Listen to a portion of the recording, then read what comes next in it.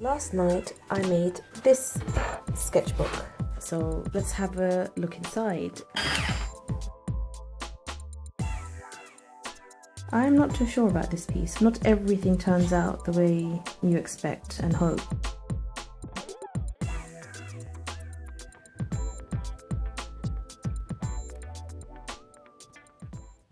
Hello, it's Saturday the 19th of February. For the rest of the month I decided maybe I'm going to challenge myself. Last night I made this sketchbook. I decided I'm going to dedicate the rest of this month to drawing every day. I did buy this, but I decided I didn't want to ruin the sketchbook. If I do enjoy myself with this, then anything that I take away from it, I'll do something in this journal. If you're interested in this, I'll leave the link below. The stitching obviously took ages and I didn't even have the correct twine to stitch it with. I used a glue gun to secure the pages. So that's what the cover looks like. The inside of the cover was actually supposed to be on the outside, but then I decided this looked really nice. You've probably noticed the wonky lines. It was quite difficult to cut it straight. I did use the paper trimmer, but I just eyeballed it. I didn't really measure out too well. So this is how I've done them. And I also decided to add in a few tracing paper in between the pages, and this is just for sticking things down, or if I decide to just do some tracing and just add some things and make it a bit more like a journal, then I have these pages to do that. And if I want to protect a piece, then I'll just use that paper. But there's 6 A4 pieces of watercolor paper, which makes 24 sides. I'm going to try and fill up maybe like a whole page a day. If not, I'll just do one side. If I have any pages left over, I'll just fill it up with some other inspirational quotes or anything that I find. I'm not going to pressure myself. I think I'll be comfortable with my own handmade sketchbook to do this kind of experiment. So I've decided to set myself some rules before I attempt this challenge, and that will just help towards successfully completing it. So my first rule will be no multitasking for that hour. No mobile phone. Listen to 2 audible books during this challenge. No scrolling social media. Focus on one skill at a time and not try to pressure myself into doing more than I can manage. Learn one thing on color, composition, and perspective.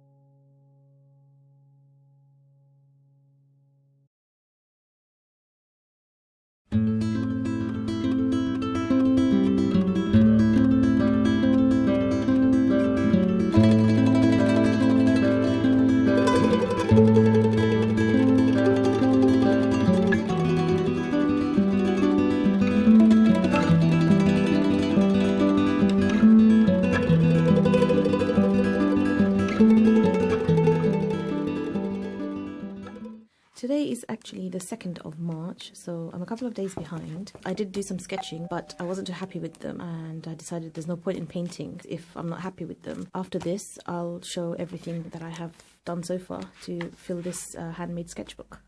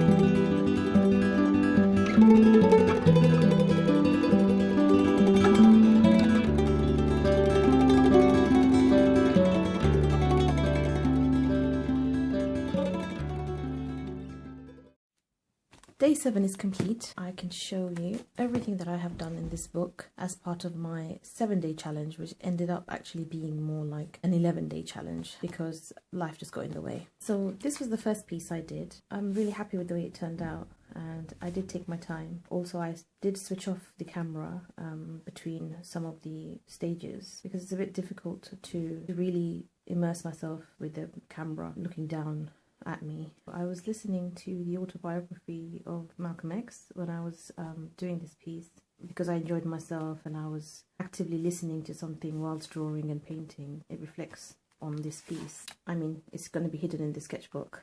I'm really happy with the way it turned out.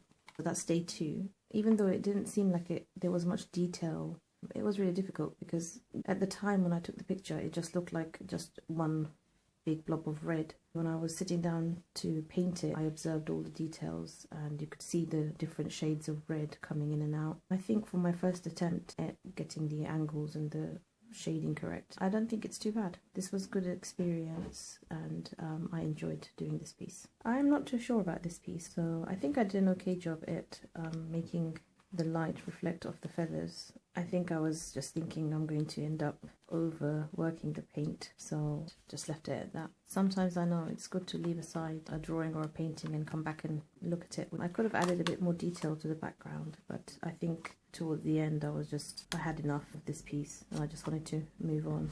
It wasn't a very good timing when I decided to set myself this challenge, so next time I think I'll be more mindful of the external things happening around me before setting myself a similar challenge. This is also another painting I did from a reference photo, and I think I overdid it with the black fine liner. So this is the one I used, pigment liner.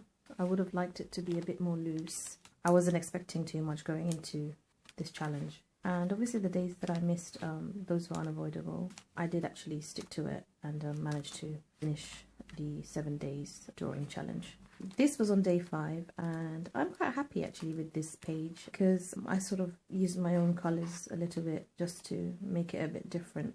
I did enjoy the process of observational drawing and painting of these birds, and they turned out really colourful and nice, and it just looks really cheerful. This piece is from day 6. It just made me sort of come out of my comfort zone and try different things. So I used the inks by Spectrum Noir. Also I used the fine liner to just highlight some areas where the scales are, and also I just blobbed on paints in some areas. It sort of pops. Also I used the colour pencil just to go around it and separate the lizard from the background that I just washed with green ink.